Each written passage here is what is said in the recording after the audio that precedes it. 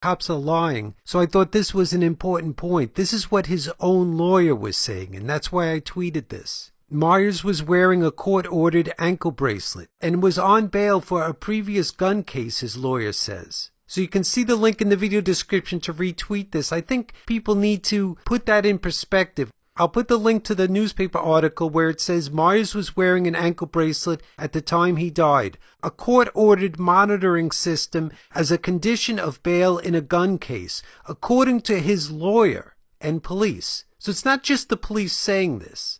The fact that it's being reported that his own lawyer is saying that he was wearing an ankle bracelet should make people think that, you know what, maybe we don't know enough about this case to form an opinion about it and go around breaking police car windows.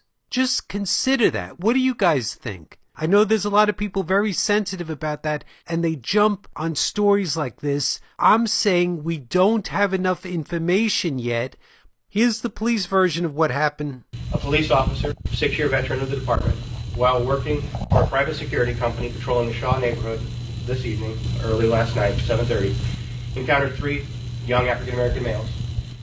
As the officer drove by, he described an activity that the gentleman on the corner started to run, and they said, no, that's just a security officer. As the officer turned the corner, he did a U-turn to come back towards the men, at which time they did run. The officer followed the suspects on their path through several streets, at one point getting out of his car and following the suspect through a gangway. When the officer went through the gangway, he saw the 3 gentlemen had come back together again. One of the gentlemen started to approach the officer in an aggressive manner. The officer was giving verbal commands, telling them to stop, telling them how to surrender, telling them that they were under arrest. The suspect continued to come towards the officers until they got into a physical altercation. The suspect and the officer were hands-on with each other. At that time, the suspect's gray hooded sweatshirt comes off, and the suspect starts to run up a hill at the address on Shaw. At that point, the officer clearly sees the suspect is armed with a gun. We recovered a 9mm Ruger from the scene. The officer says he wanted to be certain that it was a gun and did not fire at that point.